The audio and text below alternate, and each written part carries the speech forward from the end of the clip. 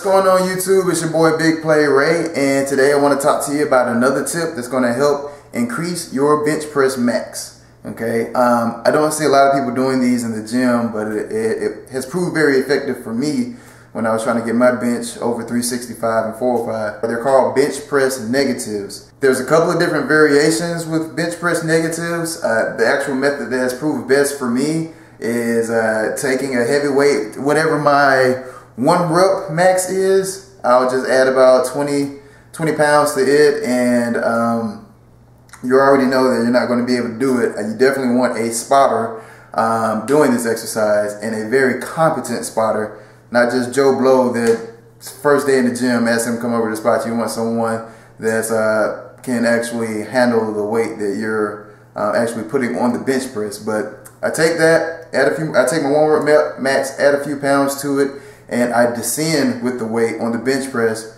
at about a pace of about 3 seconds max, 2 seconds sometime, just descending. The spotter is actually doing some work, so you're not actually going to, you're tired, your spotter has to let you know when he's tired as well. As soon as you bring the weight down to your chest, the spotter comes and snatches it up, and you descend again at that 2 to 3 second pace. The snatcher, once it gets to the spotter, once it gets to the bottom, he'll snatch the weight back up for you. And you do this for about 6 reps or so, give or take. You know what I mean? That's about a good range to use. And the spotter is actually pulling the weight up at a pace, or should I say with the amount of strength that it feels like you're benching your weight that you can do about 8 to 10 reps with. Okay, so that's how much force he's actually spotting the weight with. Here's a clip.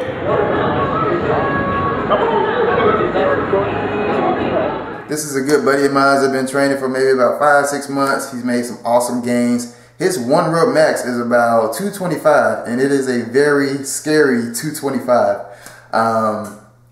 So you see me here, I'm letting him do all the work as far as bringing the weight down. My hands are on the bar for safety, but I'm not adding any resistance or helping him at all. My hands are just there for safety on the actual descent. Once he gets to the bottom, I'll snatch the weight up. He said that it feels like he was benching about 175 when I was pulling the weight up. When we did 4 reps, it was just for instructional purposes, but we usually go for a few more reps.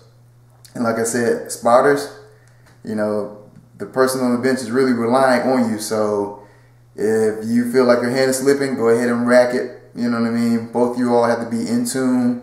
Make sure that you speak with the person that's about to do the exercise. Make sure the spotter and the person performing the exercise, make sure both of you all speak and know exactly how many reps you're going for, know exactly what the actual exercise is going to look like before you start, because you know that's a lot of weight to have over somebody's chest and then begin to figure out what you're trying to do. Time out.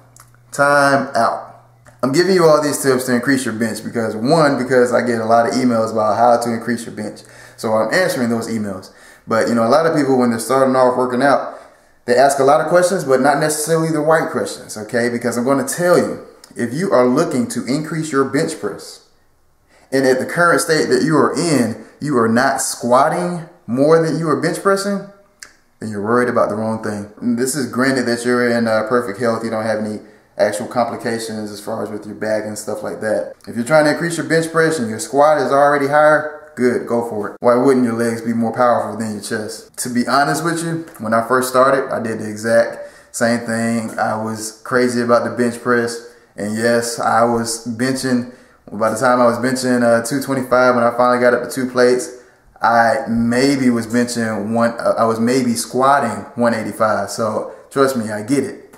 But let me tell you, when I kept hitting that wall with my bench press, trying to get it to go somewhere, it wasn't until I actually improved my squats that not only did my bench go up, but the rest of my numbers as far as any other type of exercises. It wasn't my overall strength increase as I perfected my squat. The quality of your squats has a direct impact on the progress and performance of all the other exercises that you will perform.